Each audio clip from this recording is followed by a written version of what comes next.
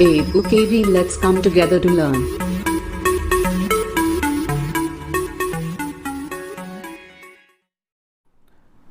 Welcome to our YouTube channel EduKV।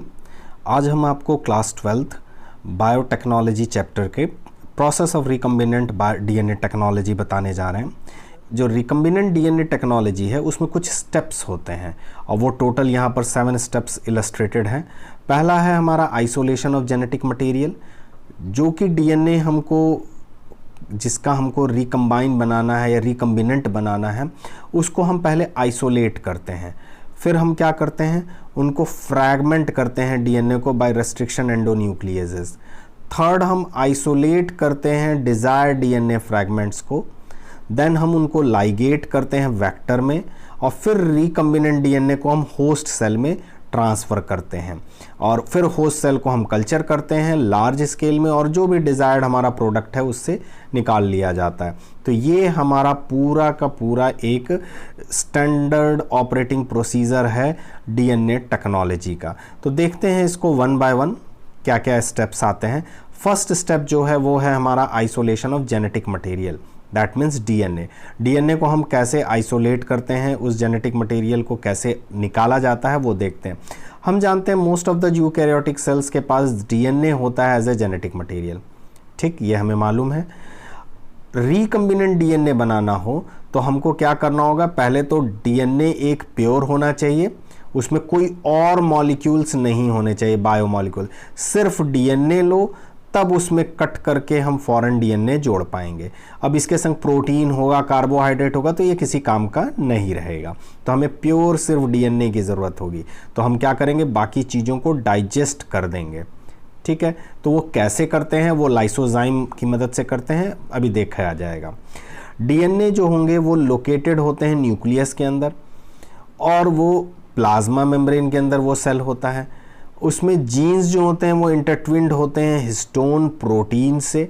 ये हमने chapter 5th और 6th में इसके हमको बेसिक आइडिया मिल चुका है कि कैसे हमारे ऑक्टामर्स होते हैं और उनके चारों तरफ जीन्स जो होते हैं वो वाइंड अप होते हैं बीड्स की तरह। अब इसके अंदर होता क्या है, सेल को पहले ब्रेक करना पड़ेगा, फिर डीएनए निकालना पड़ेगा, फिर जो दूसरे मैक्रोमॉलिक्यूल्स हैं जैसे आरएनए, प्रोटीन, पॉलीसैकेराइड और लिपिड्स, इन सबों को डाइजेस्ट करना पड़ेगा, ठीक है। तो हम जानते हैं कि सेल को हम जब डाइजेस्ट करेंगे, लाइज्ड करेंगे, तो लाइटिक एंजाइम से डाइजेस्ट हो जाएगा, उसका नाम है लाइसोजाइम। बैक्टीरिया के अंदर अगर हमको ब्रेक करना हो तो लाइसोजाइम से, प्लांट का सेल है तो उसे सेलुलेज से, और एनिमल या फंगस का सेल है तो काइटिनेज से। तो इन 3 तरीकों से lysozyme, cellulase and chitinase enzyme डालकर हम बैक्टीरिया, प्लांट सेल या फंगस को डाइजेस्ट कर सकते हैं। उसके rest of the RNA, protein, polysaccharide, lipids, इनको डाइजेस्ट कर सकते हैं। फिर हमारे पास आता है मैक्रोमॉलिक्यूल्स। मैक्रोमॉलिक्यूल्स को हम ट्रीट करते हैं with specific enzymes to remove, जैसे आरएनए राइबोन्यूक्लियस को, प्रोटीन को प्रोटीएज की मदद से हम इनसे ट्रीट कर देंगे, ये सारे के सारे डाइजेस्ट हो जाएंगे। लास्ट में हमारे पास क्या बचेगा, प्यूरिफाइड डीएनए जो होगा वो बच गया। अब इसको प्रेसिपिटेट आउट कर लेंगे with the addition of ethanol. Ethanol के एडिशन के कारण क्या होता है, वो फाइन थ्रेड सस्पेंशन में फाइन थ्रेड की तरह नज़र आएगा डीएनए का टुकड़ा। प्योर डीएनए अब हमको इथेनॉल में मिल जाएगा। इसके बाद देखिए ये है वो प्रोसेस डीएनए एक्सट्रैक्शन का। डीएनए एक्सट्रैक्शन का अगर हम प्रोसेस देखना भी चाहें तो ऐसे देख सकते हैं। ये है cells are lysed using a detergent that disturbs the plasma membrane. पहले प्लाज्मा मेम्ब्रेन तोड़ा, फिर cell contents are treated with protease to destroy protein, RNase to RNA, यानी हमारा प्रोटीन भी गायब हो गया, आरएनए भी डाइजेस्ट हो गया। अब इस सेल डेब्रिस के अंदर इसको हम सेंट्रीफ्यूज करेंगे तो जो सुपरनेटेंट होगा ऊपर की तरफ बचेगा, वो लिक्विड है और वो डीएनए को कंटेन करेगा और इसको फिर ट्रांसफ़र कर देंगे हम प्रेसिपिटेटेड इथेनॉल में और इस तरह से एक विस्कस स्ट्रैंड नज़र आता है। यही हमारा डीएनए होता है। Cutting of DNA at specific location. होता क्या है, हम जानते हैं जो भी प्यूरिफाइड डीएनए होते हैं उसके पास एक सोर्स डीएनए होता है, ठीक है। जो प्यूरिफाइड डीएनए वो सोर्स डीएनए या डिज़ायरेबल जीन होता है इसके पास, इस डीएनए के पास, और एक वेक्टर डीएनए होता है। ठीक, इनको हम क्या करते हैं, इंक्यूबेट करते हैं, यानी कुछ समय तक एक संग रखते हैं with specified restriction enzyme for the purpose of digestion at optimal condition. जैसे ही एक ऑप्टिमल कंडीशन मिलेगा तो इन डीएनए के बड़े टुकड़ों का डाइजेशन शुरू हो जाता है और ये छोटे छोटे टुकड़ों में कन्वर्ट होना शुरू हो जाते हैं। इसके बाद हमारा क्या होता है, प्रोग्रेशन ऑफ रेस्ट्रिक्शन एंजाइम्स, जो भी रेस्ट्रिक्शन एंजाइम्स थे यानी डाइजेशन के लिए, उनको रोका जाएगा और एगरोज जेल इलेक्ट्रोफोरेसिस किया जाएगा। एगरोज जेल इलेक्ट्रोफोरेसिस ये हमने ऑलरेडी बात कर ली है। इसमें एगरोज जेल बनाते हैं और उस जेल के ऊपर डीएनए जो होते हैं वो सेपरेट होते हैं, एक बैंड बना लेते हैं और फिर उस एगरोज जेल को कट करके निकाल लिया जाता है विद डिफरेंट डीएनए बैंड्स। तो जब निगेटिवली चार्ज्ड है डीएनए तो ये हमारा क्या करता है, पॉजिटिव चार्ज की तरफ मूव करता है, यानी एनोड की तरफ मूव करता है। तो उसके अकॉर्डिंग ये साइज़ वाइज अरेंज करते हैं। जो छोटे छोटे होते हैं, अगर यहाँ पॉजिटिव है तो छोटे वाले यहाँ आ जाएंगे, थोड़े से बड़े वाले बीच में रहेंगे और बड़े वाले एकदम पीछे रहेंगे। ठीक है, इस तरीके से जीन ऑफ इंटरेस्ट को निकाला जाता है वेक्टर में से कट करके। फिर हम उसको क्या करते हैं, gene of interest is isolated and DNA ligase is added, और तब हम क्या करते हैं, लाइगेज को जोड़कर उससे जोड़ने में मदद करते हैं। इस स्टेप को हम बोलते हैं preparation of recombinant DNA. Next point है हमारा amplification of gene of interest using PCR. मतलब हम पीसीआर के मदद से कैसे हम एम्प्लीफाई कर सकते हैं। एम्प्लीफिकेशन ऑफ जीन, एम्प्लीफिकेशन का मतलब होता है इंक्रीज करना। नंबर जो हमारा जीन के जो पीसेस होंगे, नंबर होंगे, उनको इंक्रीज़ करना हमारा आएगा एम्प्लीफिकेशन में। तो हम अगर जीन के नंबर को इंक्रीज़ करना चाह रहे हैं, यानी कि वो जो जेनेटिक कोड है जिनका हमने टुकड़ा किया उनका हम इंक्रीज़ करना चाह रहे हैं, तो हमको एक टेक्निक अपनानी पड़ेगी जिसे हम बोलते हैं पीसीआर। पीसीआर का फुल फॉर्म होता है पॉलीमरेज चेन एंड रिएक्शन। ये जो पॉलीमरेज चेन रिएक्शन है ये हमारे अंदर, इसके अंदर देखने को मिलेगा। अब देखिए हम कैसे करेंगे इस स्टेप को। ये वो टेक्नोलॉजी है जो कि एक सिंगल कॉपी से लेके फ्यू कॉपी तक बनाती है किसी एक पीस ऑफ डीएनए का। डीएनए का एक टुकड़ा से हम 2-4 टुकड़े भी बना सकते हैं या फिर 1000 या मिलियंस ऑफ सीक्वेंसेस भी बना सकते हैं पर्टिकुलर डीएनए सीक्वेंस के। और ये सारा जो प्रोसेस होगा वो होगा इन विट्रो। इन विट्रो का मतलब क्या है, लैब कंडीशन में हम इसे क्रिएट कर सकते हैं। फिर जो कंपोनेंट्स होते हैं एम्प्लीफिकेशन करने के लिए, उसमें सबसे पहली ज़रूरत होती है प्राइमर की। प्राइमर क्या होते हैं एक्चुअली, ये small chemically synthesized oligonucleotides that are complementary to the regions of DNA। इसे आप समझ के रखिए क्या क्या है इसमें वर्ड्स। पहली चीज़ तो ये होगी, प्राइमर जो भी होंगे वो केमिकली सिंथेसाइज्ड होंगे, दैट मीन्स लैब कंडीशन में उन्हें बनाया जाएगा। दूसरे नंबर पे दे आर ऑल ऑलिगोन्यूक्लियोटाइड। हम 2-3 वर्ड सुनते हैं। ऑलिगो वर्ड हमेशा हमारा तब यूज़ किया जाता है जिसके अंदर न्यूक्लियोटाइड के जो इंडिविजुअल्स हैं वो बिटवीन 2 to 10 हो या 11 हो, इतने के बीच में आएंगे। ठीक है, जिनकी जो वेट होगी वो मीडियम रेंज की होगी, तो उन्हें हम ऑलिगोन्यूक्लियोटाइड्स कहते हैं। और ये क्या होंगे, ये कॉम्प्लीमेंट्री होंगे किसके, जो डीएनए का है ना हमारा टुकड़ा, उसके कॉम्प्लीमेंट्री बनेंगे। तो ये पहले एक प्राइमर की ज़रूरत पड़ेगी। सेकंड है हमारा न्यूक्लियोटाइड, थर्ड है हमारा डीएनए पॉलीमरेज। तो ये जो 3 है, primer, nucleotide and DNA polymerase, इन तीनों की ज़रूरत पड़ती है हमारी एम्प्लीफिकेशन के लिए। और इन तीनों को हम इंक्यूबेट करते हैं पीसीआर के स्टेप्स के अंदर। तो अब आप समझ पाएंगे कि इसे कैसे किया जाता है। देखिए इसमें सबसे पहले हम क्या करते हैं, फर्स्ट स्टेप जो होता है उसे कहते हैं डीनेचुरेशन। डीनेचुरेशन का मतलब आप समझिए उसके नेचर से अलग करना। मीन्स जो डबल स्ट्रैंडेड डीएनए है उसका नेचर है कि वो एक संग हाइड्रोजन बॉन्ड से जुड़ा हुआ रहे।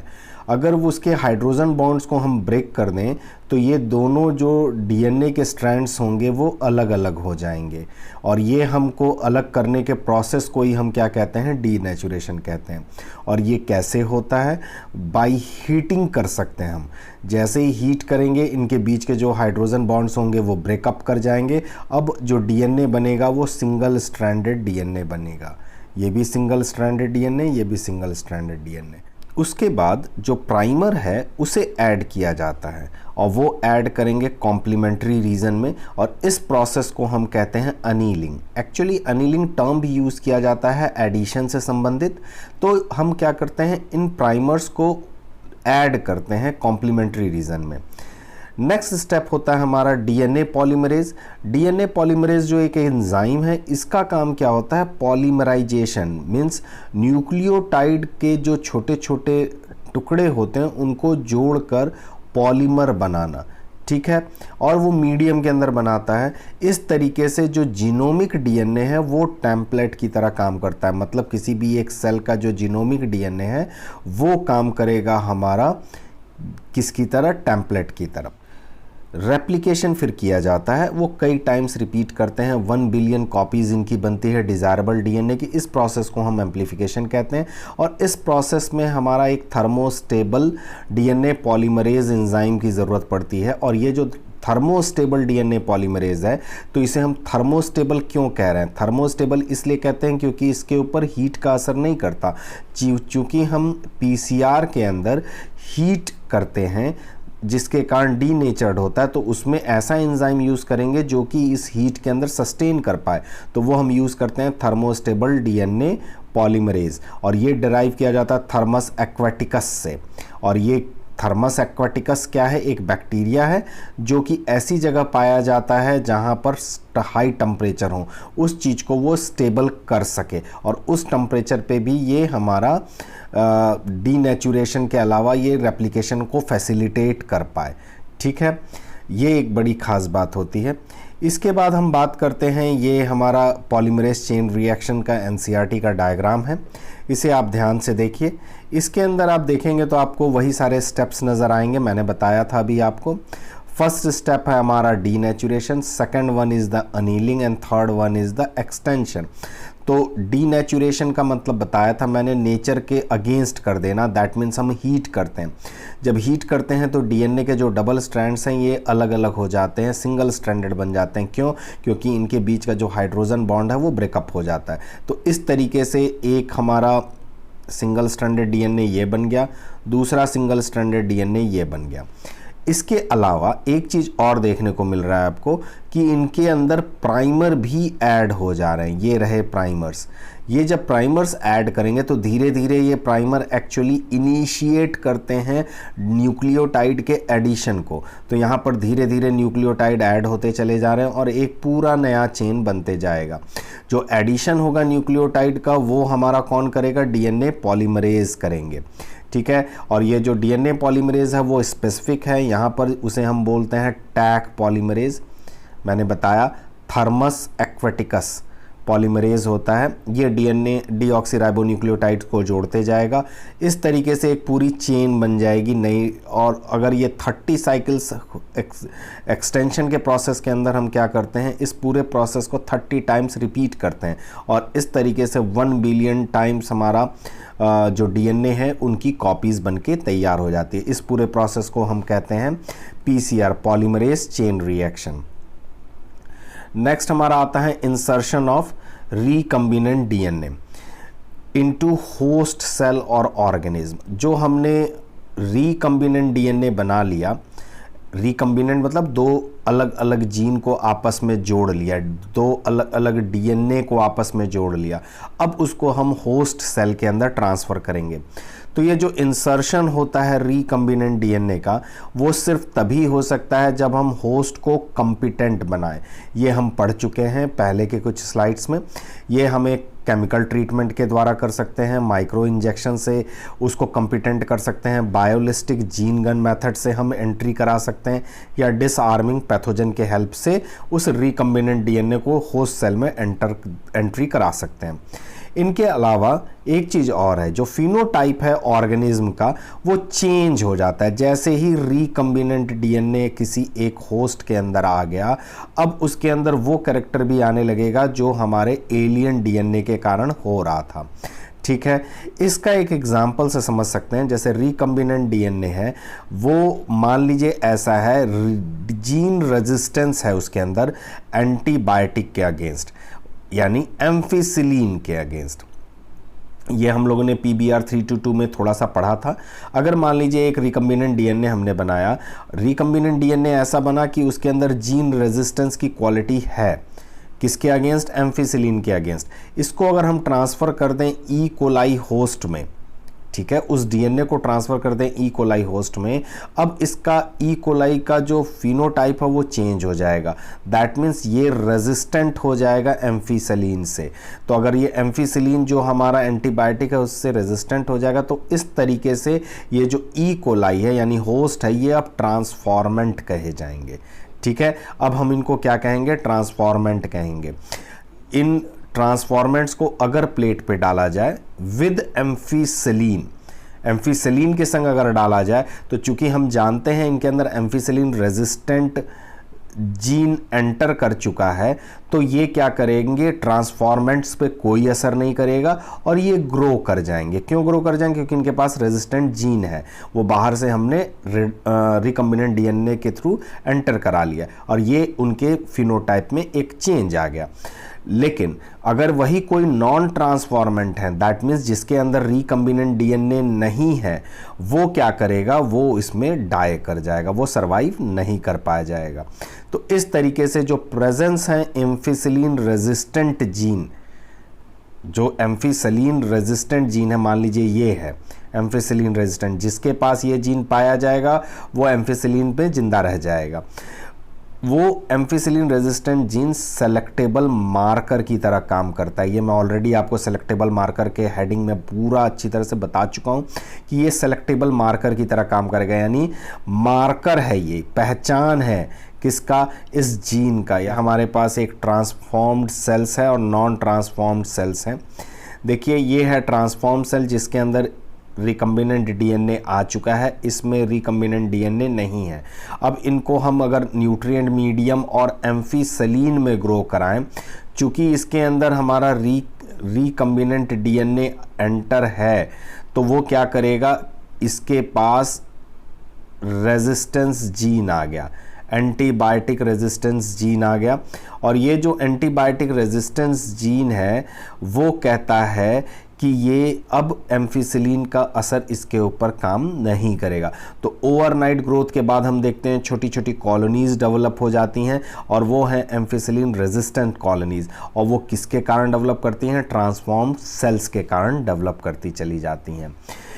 अब हम बात करेंगे नेक्स्ट टॉपिक का, वो obtaining the foreign gene product.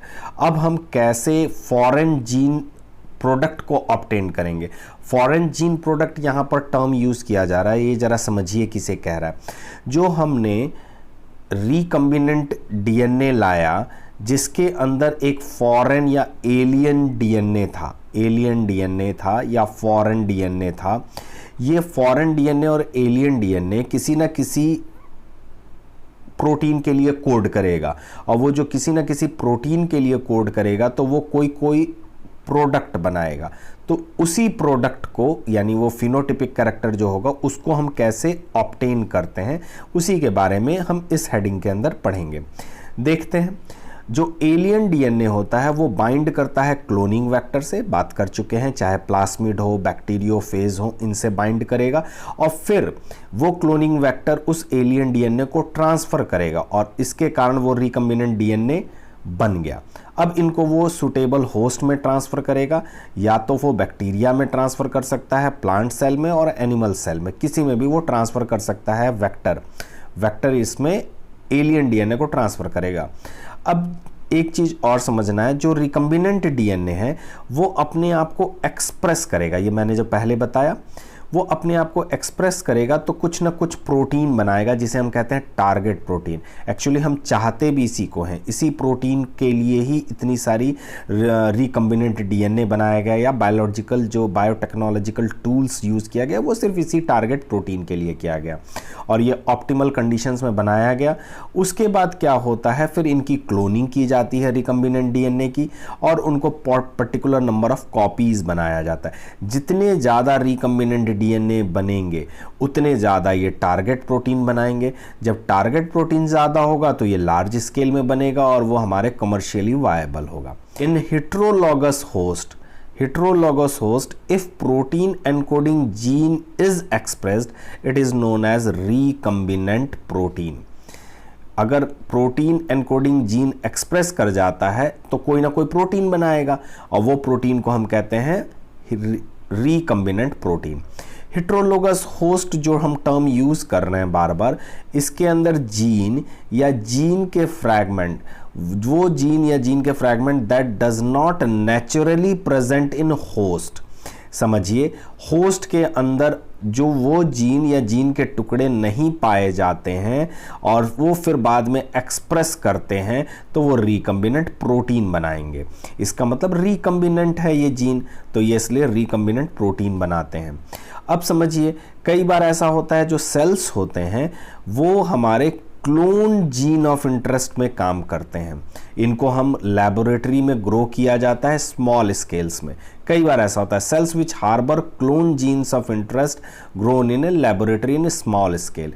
फिर उसके बाद इनको कल्चर किया जाता है डिवाइडिंग होस्ट को यूज टू एक्सट्रैक्ट, और फिर हम क्या करते हैं उसमें से डिजायर्ड प्रोटीन को एक्सट्रैक्ट करते हैं, फिर प्यूरिफाइड करते हैं और उनको प्यूरिफिकेशन के बाद डिफरेंट सेपरेशन टेक्निक्स यूज करके प्यूरिफाई किया जाता है। ठीक है, जैसे ही हमने उनको प्यूरिफाई कर लिया फिर उसके बाद हम उनको लार्ज स्केल में प्रोड्यूस कर सकते हैं। तो ये जो हमारा लार्ज स्केल के प्रोडक्शन की बात आती है उनको हम कंटिन्यूअस कल्चर सिस्टम में प्रोड्यूस करते हैं।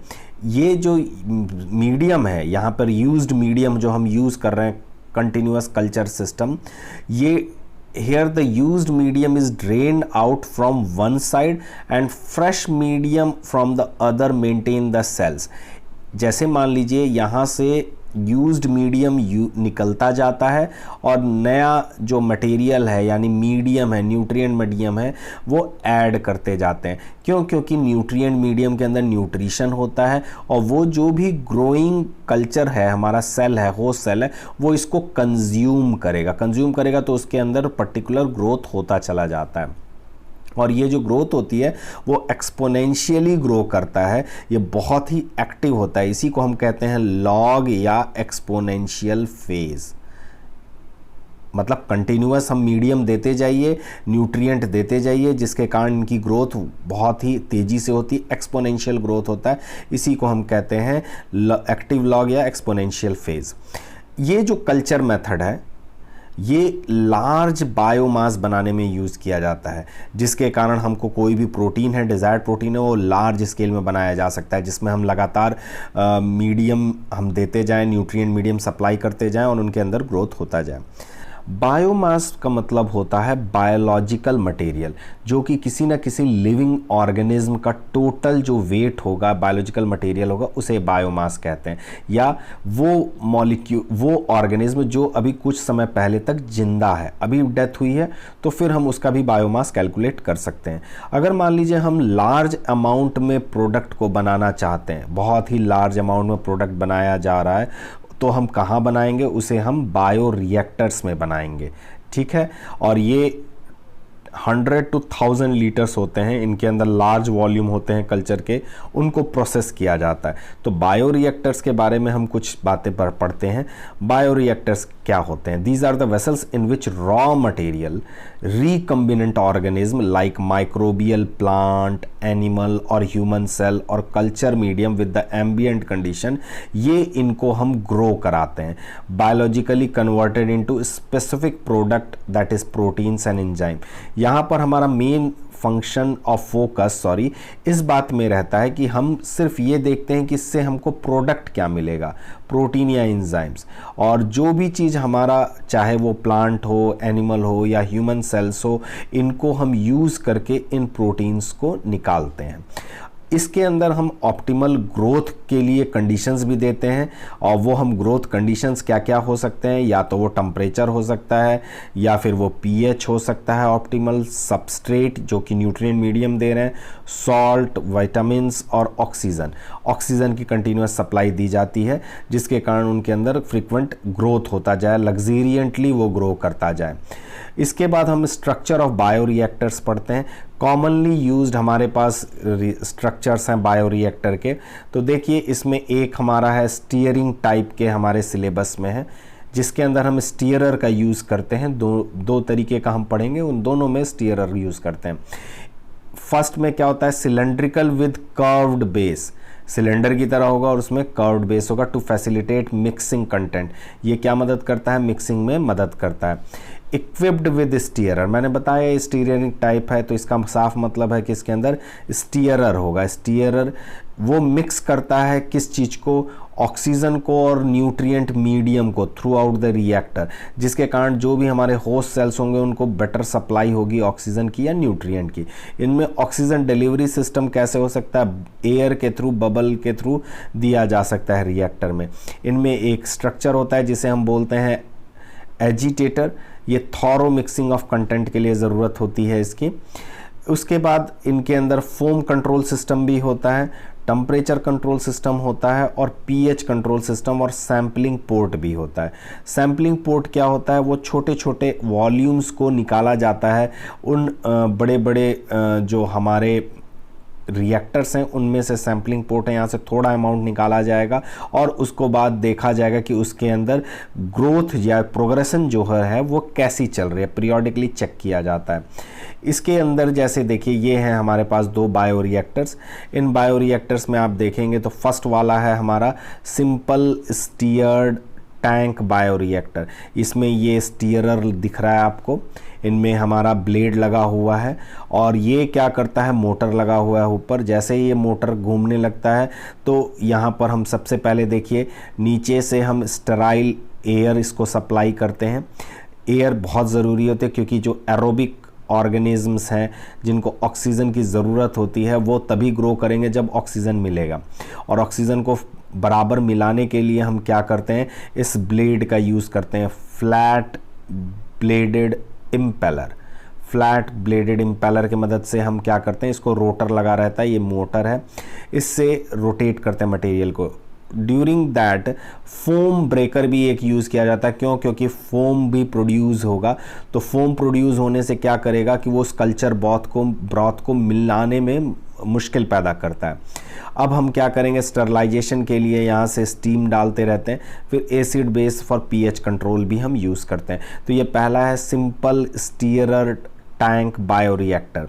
Next one is the sparged stirred tank bioreactor. Second one जो है वो है स्पाज्ड स्टीयर्ड टैंक बायोरिएक्टर।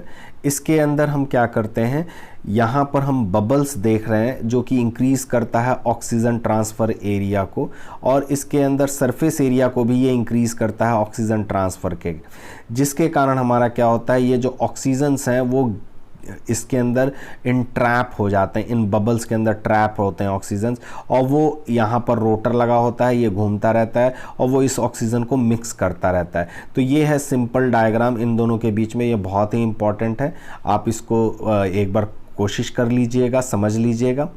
नेक्स्ट हमारा आता है down streaming processing. Down streaming processing एक लास्ट स्टेप है हमारा रिकम्बिनेंट डीएनए टेक्नोलॉजी के अंदर किसी एक प्रोडक्ट को बनाने के लिए।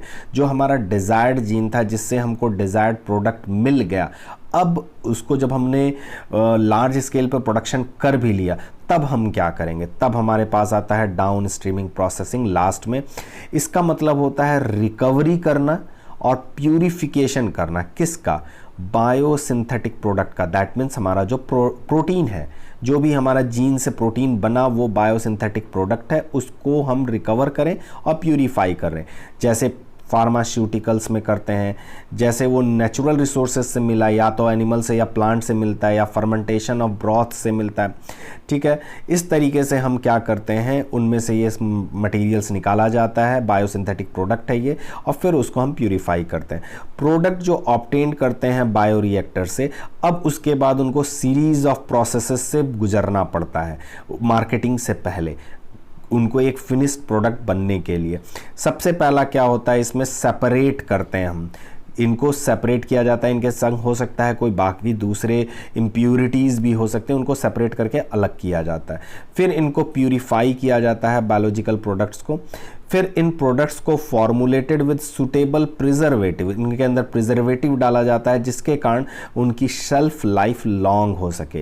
And then should undergo through clinical trials like drugs, जैसे ड्रग्स की क्लिनिकल ट्रायल्स होती है उसी तरीके से इन बायोलॉजिकल प्रोडक्ट्स की भी क्लिनिकल ट्रायल्स होगी, और strict quality control testing required होता है हमारा फाइनल बायोलॉजिकल प्रोडक्ट बनने के लिए। Okay, please subscribe, like and share the channel.